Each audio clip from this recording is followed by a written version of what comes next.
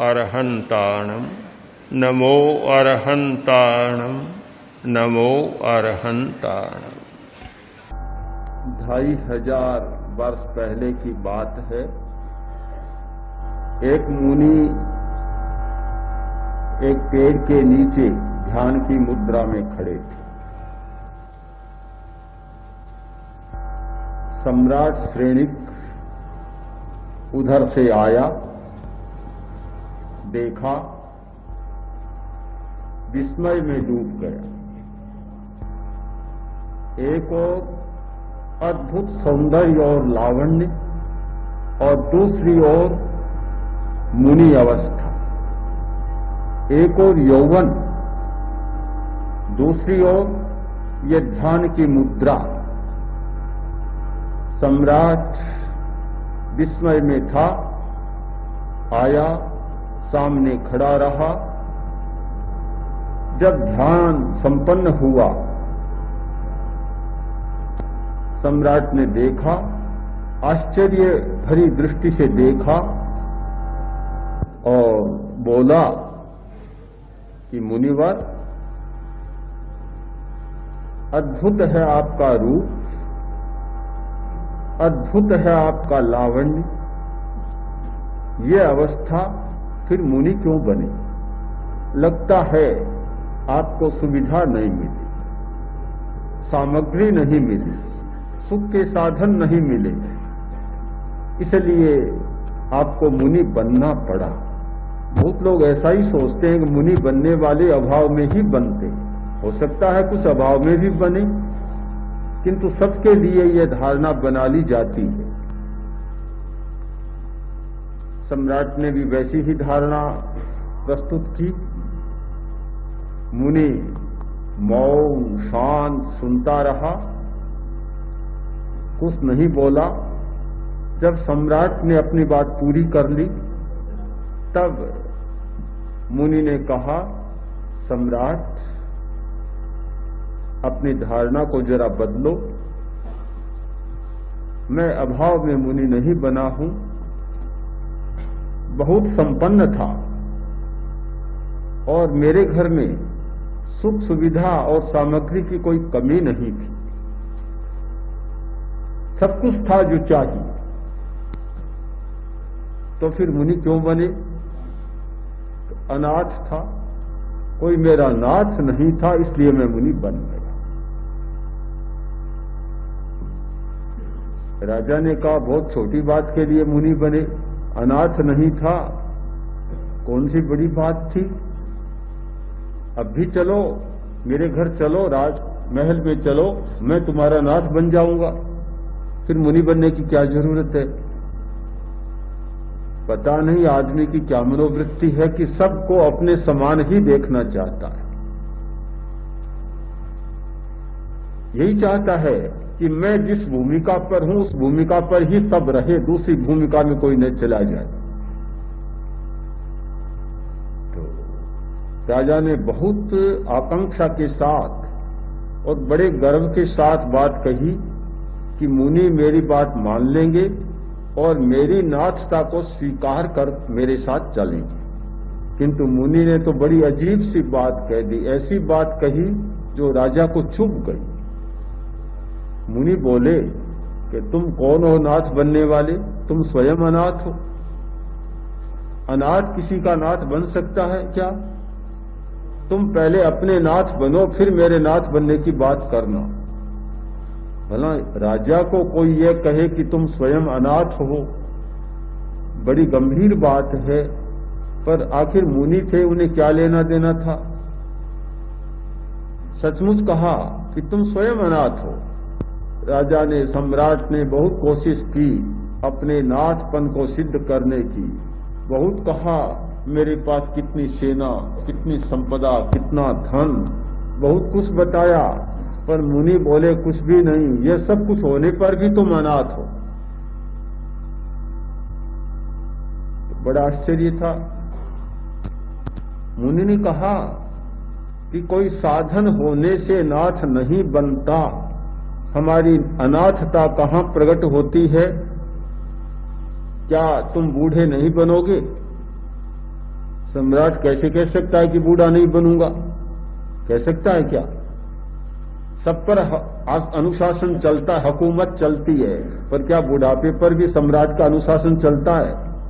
यह तो नहीं होता कि बुढ़ापा मेरी बात नहीं मानेगा तो कारावास में बंदी बना दूंगा। कर सकता है क्या? जेल में डाल सकता है क्या? बुढ़ापे पर सम्राट का भी अनुशासन नहीं चलता, हुकूमत नहीं चलती। क्या बीमारी पर सम्राट का अनुशासन चलता है? चलता है क्या? कभी बीमारी मेरी बात माने और नहीं माने तो बंदी बन जाए? ऐसा नहीं होता।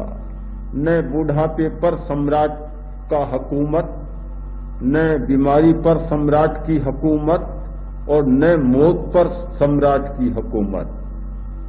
मुनि बोले, यह शरीर है, इस शरीर में बुढ़ापा भी उतरता है, बीमारी भी आती है, मौत भी आती है, पीड़ा आती है, कष्ट आता है। क्या तुम नाथ हो? क्या मिटा सकते हो? क्या उन पर तुम्हारा शासन है? सम्राट अवाक रह गया, देखता रह गया। यह तो कोई नई बात है बिल्कुल। तो मुनि ने कहा, तुम मेरी अनाथ होने की कहानी सुनो, पहले ही नाथ बनने को तैयार मत हो जाओ, सीधा ही बस मैं तुम्हारा नाथ बन जाऊंगा। ऐसी जल्दबाजी मत करो, पहले मेरी कहानी तो सुनो, बात सुनो।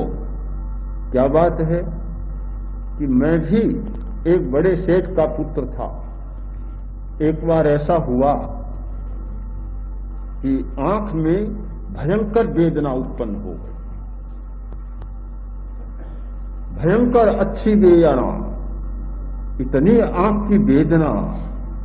और जब आंख, कान, दांत वेदना होती है, भोगने वाला ही जानता है कि कितना कष्ट होता है। दांत की वेदना हमने भी भोगी है, पता है कि कितना भयंकर कष्ट होता है। भोगने वाला जानता है, दूसरे को क्या है, दांत का भी कोई दर्द होता है क्या? क्या पता कितना होता है। जिसने आंख की वेदना भोगी है वह जानता है कि आंख की कितनी भयंकर वेदना होती है। तो आंख की इतनी भयंकर वेदना पैदा हो गई कि सब लोग एकदम मेरे कष्ट से घबरा गए। वैद्यों को बुलाया, बड़े बड़े वैद्यों को बुलाया, चिकित्सा कराई, और मेरे पिता ने थैलियों का मुंह खोल दिया, अपार धन खर्च किया।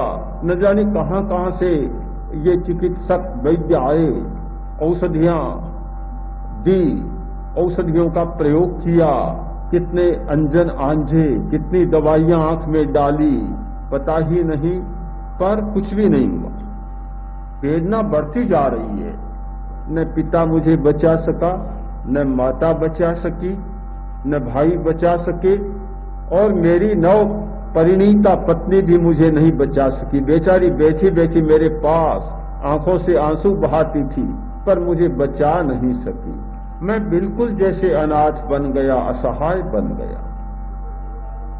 तब मैंने सोचा क्या करूं। एक नया विकल्प, नया चिंतन मैंने किया, और मैंने सोचा वेदना बढ़ती जा रही है, भयंकर कष्ट हो रहा है, कष्ट से मुक्ति नहीं, पीड़ा की मुक्ति नहीं, अब मुझे क्या करना चाहिए।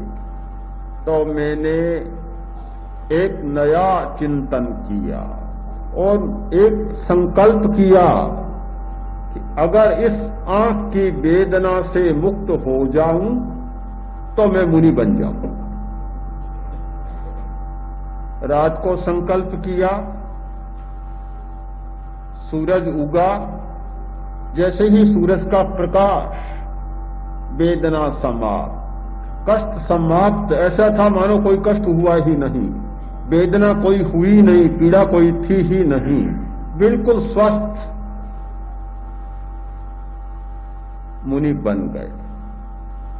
अनाथ था, नाथ बन गया। एक घटना है, आगम की घटना, उत्तराधेन सूत्र की एक घटना, बहुत प्रसिद्ध अनाथी मुनि की घटना, सब लोग जानते हैं।